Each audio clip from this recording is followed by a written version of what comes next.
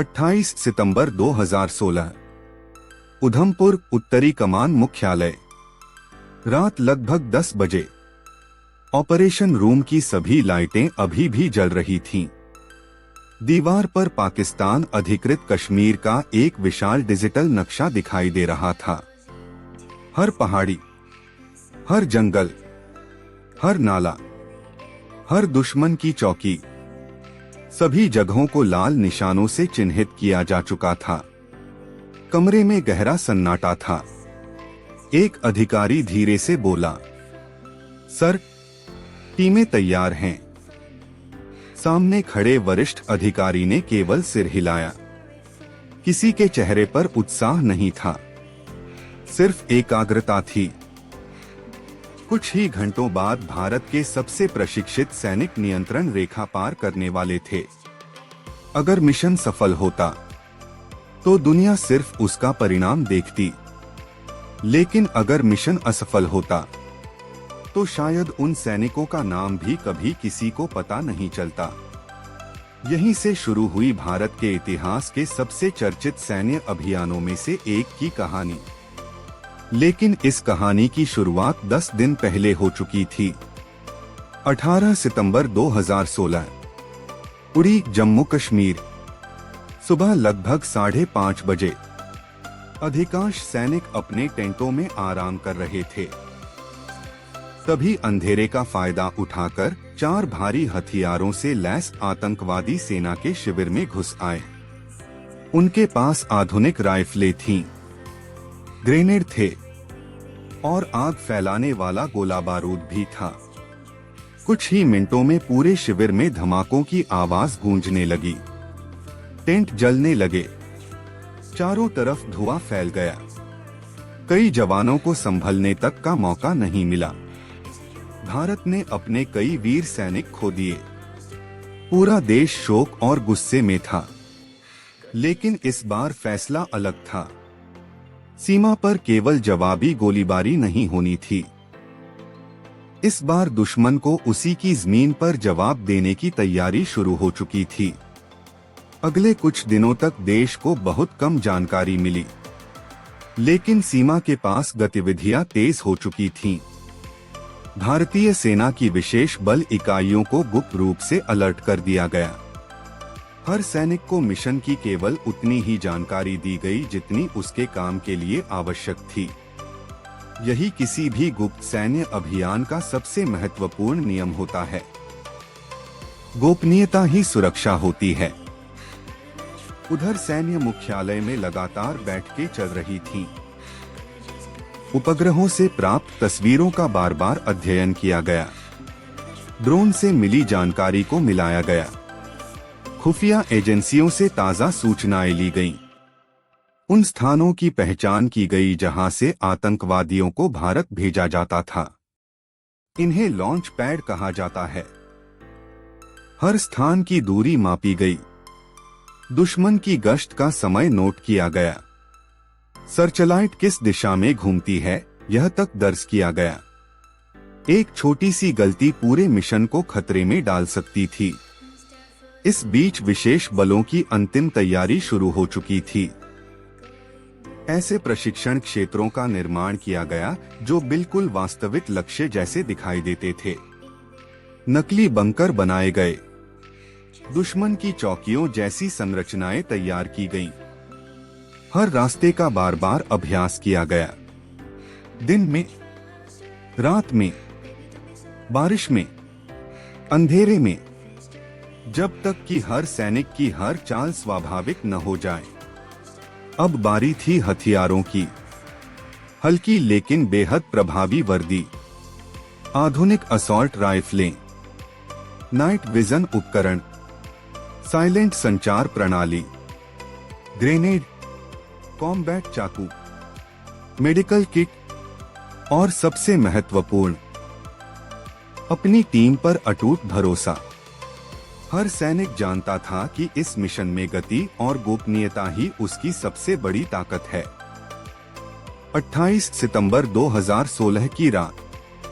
सीमा पर गहरा अंधेरा था। चांद की रोशनी बहुत कम थी। यही भारतीय कमांडो के लिए सबसे बड़ा लाभ था। विशेष बलों की टीमें बिना किसी आवाज के आगे बढ़ी। कोई बातचीत नहीं, कोई अनावश्यक आदेश नहीं, सिर्फ हाथों के संकेत। एक अधिकारी ने धीरे से कहा, समय हो गया। सभी सैनिकों ने अपनी घड़ियों का समय एक जैसा किया। अब वापसी का कोई रास्ता नहीं था। नियंत्रण रेखा, दुनिया की सबसे सुरक्षित सैन्य सीमाओं में से एक।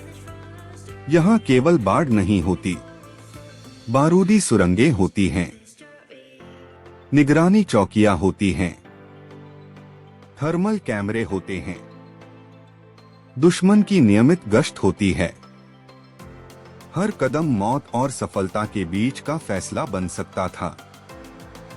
कमांडो कभी घुटनों के बल आगे बढ़ते, कभी चट्टानों की आड़ लेते, कभी घने जंगल में बिल्कुल स्थिर हो जाते।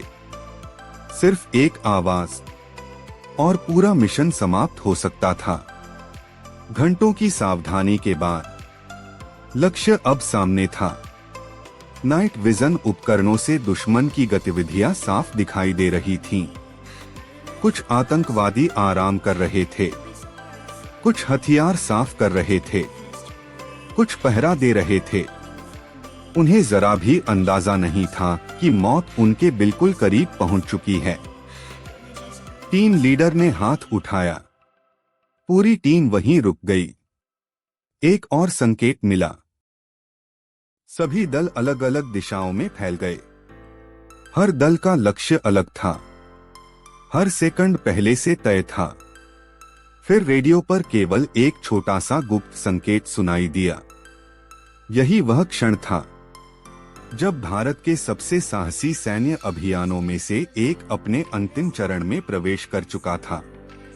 कुछ सेकंड तक ऐसा लगा जैसे समय रुक गया हो। चारों ओर गहरा सन्नाटा था।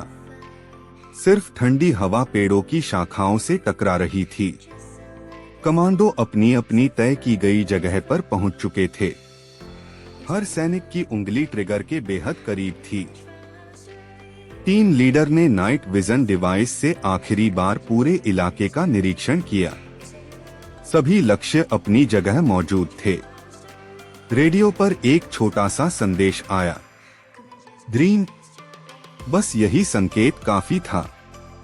अगले ही पल सन्नाटे को गोलियों की आवाज ने तोड़ दिया। भारतीय कमांडो बिजली की गति से आगे बढ़े। पहला पहरेदार संभल भी नहीं पाया। दूसरी ओर मौजूद टीम ने लॉन्च पैड को चारों तरफ से घेर लिया।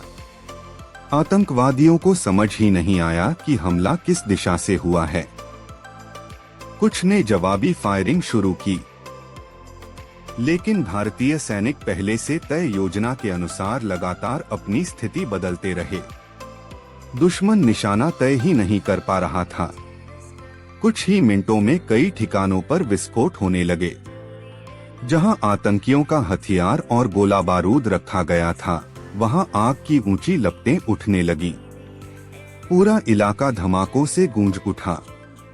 दूर मौजूद पाकिस्तानी चौकियों को अब एहसास होने लगा कि सीमा के उस पार कुछ असामान्य हो रहा है। उन्होंने अंधाधुंध फायरिंग शुरू कर दी, लेकिन तब तक भारतीय कमांडो अपना मुख्य लक्ष्य पूरा कर चुके थे। हर टीम लगातार रेडियो पर अपनी स्थिति बता रही थी। पहला लक्ष्य पूरा, दूसरा लक्ष्य साफ, आगे बढ़ रहे हैं। हर संदेश छोटा था, सटीक था और पहले से तय कोड में था। समय बहुत कम था। जितनी देर रुकते, उतना ही खतरा बढ़ता। एक टीम को अचानक सामने से तेज गोलीबारी का सामना करना पड़ा। दुश्मन की एक चौकी पूरी तरह सक्रिय हो चुकी थी। कमांडो तुरंत चट्टानों की आड़ में आ गए। कुछ सेकंड तक लगातार गोलियां चलती रहीं। फिर टीम लीडर ने हाथ से संकेत दिया। 2 सैनिक बाईं ओर से आगे बढ़े। तीसरा सैनिक दूसरी दिशा से पहुंचा। दुश्मन का पूरा ध्यान सामने था। उसी क्षण भारतीय कमांडो ने उनकी रास्ता फिर से साफ हो गया। अब मिशन का सबसे कठिन हिस्सा शुरू होना था। वापसी। हमला करना कठिन था, लेकिन दुश्मन के इलाके से सुरक्षित लौटना उससे भी ज्यादा कठिन था। अब पाकिस्तान की कई चौकियां सतर्क हो चुकी थीं। सीमा के पास लगातार फायरिंग हो रही थी। कमांडो बिना रुके आगे बढ़ते रहे। कोई पीछे नहीं छूटा, कोई अकेला नहीं था। हर सैनिक अपने साथी की सुरक्षा की जिम्मेदारी भी निभा रहा था। घंटों की कठिन यात्रा के बाद दूर भारतीय चौकियों की हल्की रोशनी दिखाई देने लगी। रेडियो पर अंतिम संदेश भेजा गया। सभी टीमें सुरक्षित लौट रही हैं। ऑपरेशन लगभग पूरा हो चुका था। सुबह होने से पहले सभी कमांडो भारतीय सीमा में वापस पहुंच चुके थे। मुख्यालय में बैठे अधिकारी लगातार रेडियो सुन रहे थे।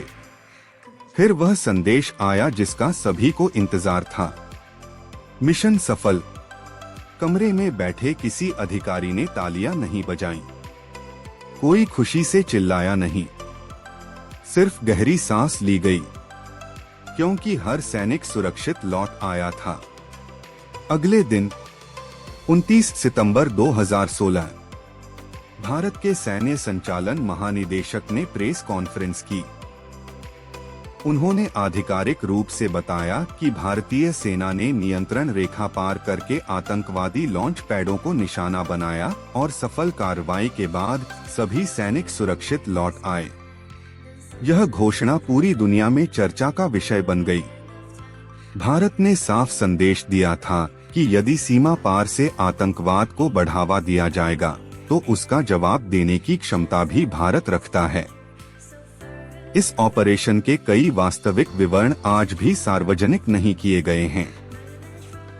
कितनी टीमें थीं? हर टीम ने कौन सा रास्ता चुना?